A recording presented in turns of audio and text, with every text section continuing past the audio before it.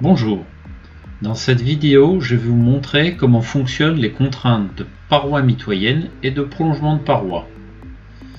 Je vais donc relever la pièce qui se trouve ici au milieu. Je vais considérer que j'ai une paroi mitoyenne ici, ici et ici. La paroi mitoyenne étant donc la paroi qui est commune aux deux pièces. Une fois saisie, je renseignerai un peu plus tard donc l'épaisseur de cette même paroi.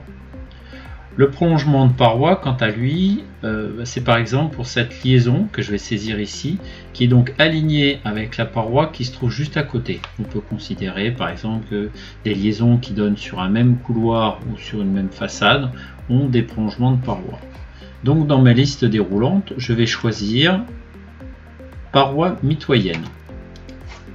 Donc je clique sur ma paroi ici, sur ma seconde paroi ici, sur ma troisième paroi ici. Ensuite, je viens choisir prolongement de la paroi et je clique sur cette liaison qui se trouve ici. Voilà. Je fais ensuite fermer le contour par intersection.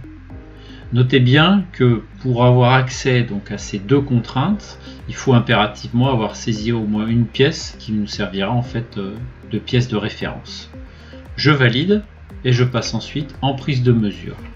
Et dans l'onglet en fait liaison qui se trouve ici, je vais ensuite pouvoir définir le type de mur. Donc j'ai un petit symbole parallèle qui apparaît et là je vais lui dire par exemple il s'agit d'une cloison simple tout simplement dont l'épaisseur, alors là je vais renseigner l'épaisseur, je vais dire par exemple 7 cm, voilà comme ceci.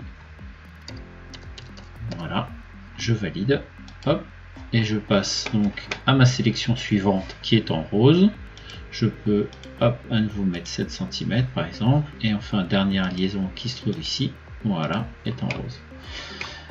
Voilà, ma pièce est entièrement mesurée. La contrainte de prolongement de paroi est donc symbolisée ici.